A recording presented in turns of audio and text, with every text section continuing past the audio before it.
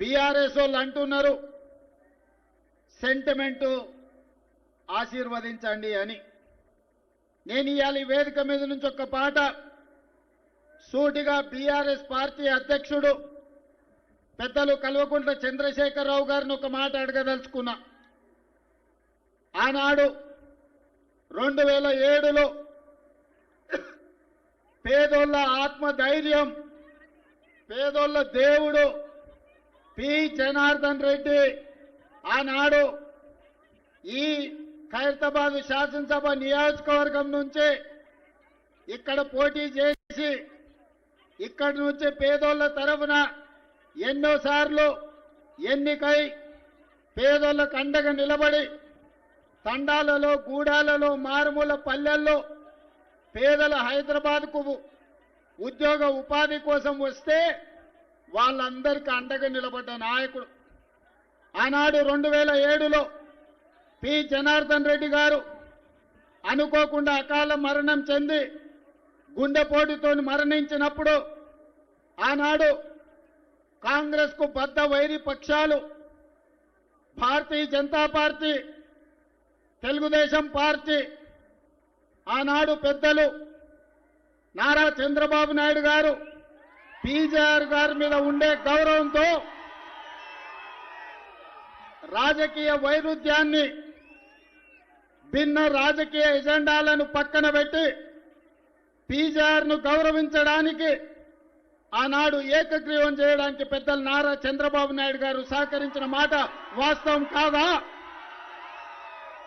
మరి ఆనాడు BJP, BRS PJR కుటుంబానికి అండగా నిలబడి మరణించిన ఉప ఎన్నికల్లో పీజేఆర్ కుటుంబాన్ని ఏకగ్రీవం చేద్దామంటే ఏకగ్రీవం జాంతా నహి, పీజేఆర్ కుటుంబాన్ని గెలవనిచ్చేదే లేదు అని ఆనాడు పేదోళ్ల దేవుడైన పీజేఆర్ కుటుంబం మీద ఎన్నికల బరిలో అభ్యర్థిని నిలబెట్టింది ఈ దరిద్రపు గొట్టు బీఆర్ఎస్ పార్టీ కాదా?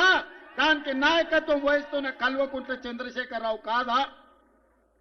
ఈ దృష్ట సాంప్రదాయానికి ఆనాడు ఉమ్మడి రాష్ట్రంలో ఉన్న ఒక మంచి సాంప్రదాయాన్ని తుంగలో తొక్కి దుష్ట సాంప్రదాయాన్ని తీసుకొచ్చింది బీఆర్ఎస్ పార్టీ నాయకులు కాదా?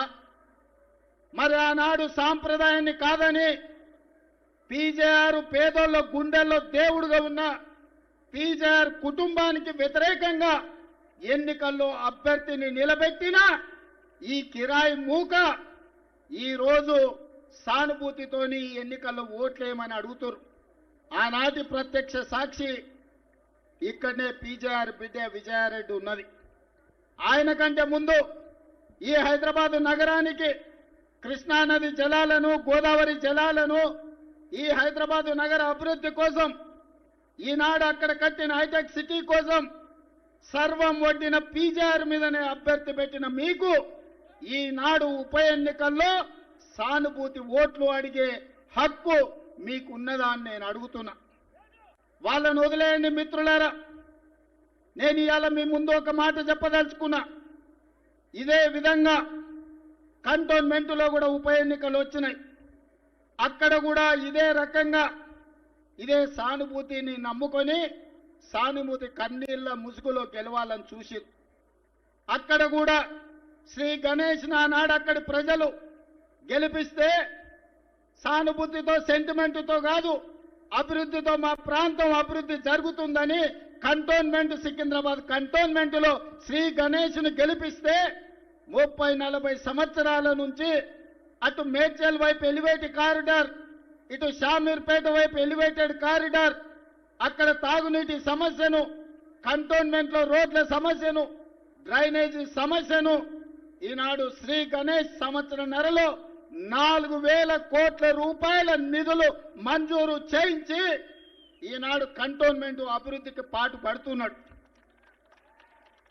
ఇవాళ మిత్రులారా, ఈ జూబ్లీహిల్స్ నియోజకవర్గ ఓటర్ మహాశైలను నేను అడుగుతున్నా.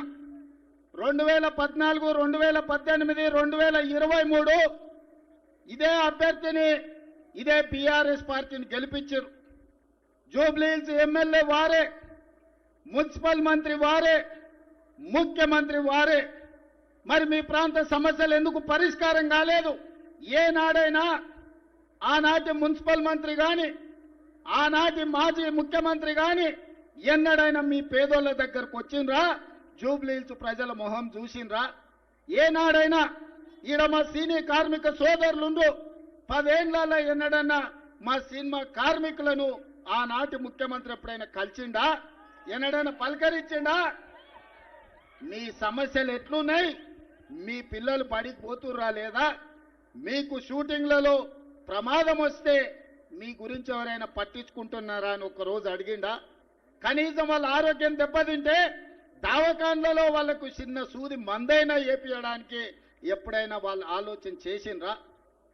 ఇవాళ అన్ని రకాలుగా ఈ నగరాన్ని అభివృద్ధి చేయాలని మేము ప్రయత్నం చేస్తుంటే ఈ ప్రాంతం నుంచి ఓట్లు వేయించుకొని ఈ సికింద్రాబాద్ పార్లమెంటు నుంచి 2 సార్లు ఎంపీగా గెలిచి 2 సార్లు మంత్రిగా అయిన నంగనాచి కిషన్ రెడ్డి మనం మెట్రో రైలుకు అడ్డం పడుతున్నాడు.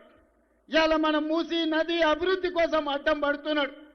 ఇవాళ ఈ హైదరాబాదు నగరాన్ని అభివృద్ధి చేయనిస్తే రేవంత్ రెడ్డికి కాంగ్రెస్ పార్టీకి మంచి పేరు వస్తుంది, మాకు పుట్టగతులు ఉండవని బీఆర్ఎస్ వాళ్ళతోని కుమ్ముక్కై ఈ రోజు ఈ నగర అభివృద్ధిని అడ్డుకుంటున్నాడు.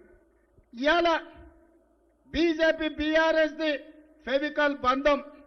పార్లమెంట్ ఎన్నికల్లో ఆనాడు బీఆర్ఎస్ చచ్చిపోయి డిపాజిట్లు కోల్పోయి 8 పార్లమెంటు నియోజకవర్గాలలో బీజేపీని గెలిపించిన మాట వాస్తవం కాదా? మహబూబ్ నగర్లో, చేవెళ్లలో, సికింద్రాబాద్లో, అదేవిధంగా మల్కాజ్గిరిలో, మెదక్లో, నిజామాబాద్లో, ఆదిలాబాద్లో, కరీంనగర్లో ప్రతి ప్రాంతంలో బీఆర్ఎస్ వాళ్ళు బీజేపీకి ఓట్లేసి 8 మంది ఎంపీలను గెలిపించారు.